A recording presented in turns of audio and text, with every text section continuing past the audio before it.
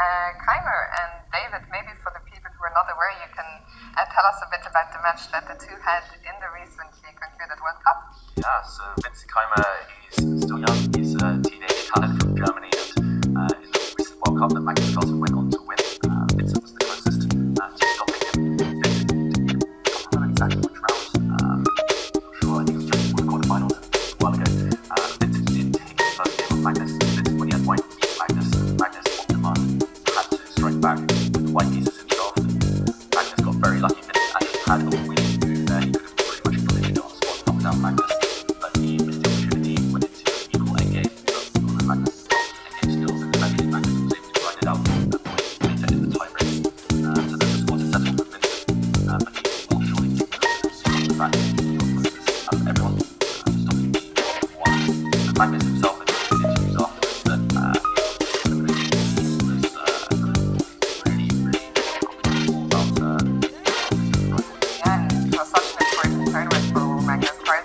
Cup was one of the only events he hadn't won yet, so he went on to win another feather in his cap, and he's looking very relaxed today. Let's go back to the beginning here and see what we missed. It's strange. Normally at the top level we see these massive trends. While everyone will make Berlin as bad, then everyone switched to Marshall, now everyone's switching back to the Sicilian. And this is the Sicilian as well. Signifying the nine of Durres and Magnus. He actually, 20 was with us in the studio yesterday, that putting a bishop on c4 against the Sicilian is very effective.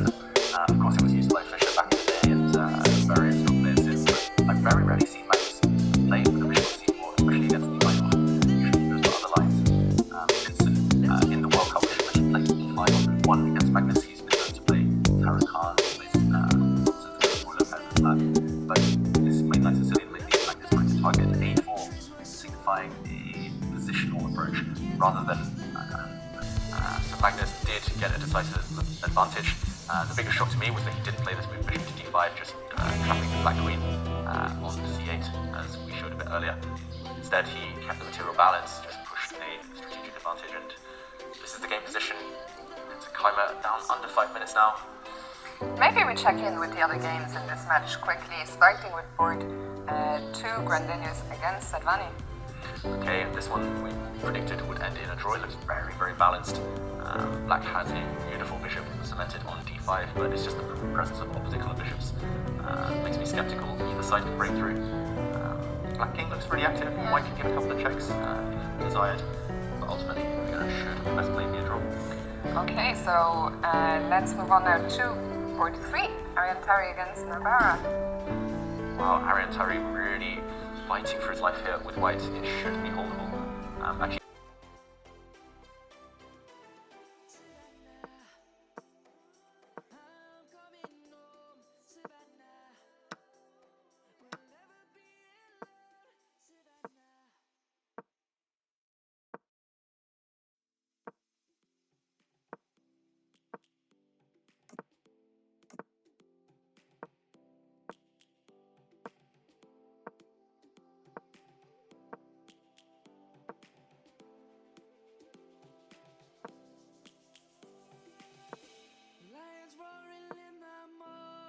sun, searching for a longer day. People feeling like the light has just come. We must never stop the way, yeah. Birds chirping and I hear my name, grasping into life. Life is happy but it's so insane. We must merely make a strive. Savannah. okay, rook to f8, last move. Can you just exchange everything? Well, he takes on f8, it is going to be recaptured, and now if you're happy to make a draw, do you just swap queens? Quite likely. You have to be a bit careful because black's rook is much more active than white's rook. Black's king also, if the queens disappear, has a rook into the position. Still a long way to go before dreaming of winning this one as black, but it's only black when white is the one trying to prevent, for example, black's rook coming down to the second rank. Yeah, Tarry, he's just been trying to force draws.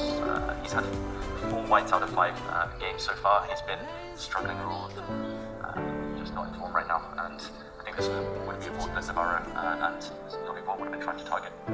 Yeah, it looks like he is holding it, but as you say, only Lang can win. Let's see the last game that we haven't caught up with, board 6, Raga against Urkadal. Yeah, and when we were on a break just a few minutes ago, I was wandering around Urkadal kind of head in hand, but Raga was shaking back and forth in his seat. And I didn't see the clocks, but it does appear that Raga only has 4 minutes left. He actually sacrificed a piece not that long ago. Let's just show that moment. It was here where White had just pushed a pawn to f5. This was ignored and allowed this capture on g6. Urkadal, having calculated that he could block with his bishop, and to me this looks mightily scary. All sorts of checks in the air, but he'd worked out that a knight on f8 does not allow checkmate, and okay, it looks like he's clinging on. White does have a draw up his sleeve. He throws to z4 from where it could leap forward, and okay, we see a result there.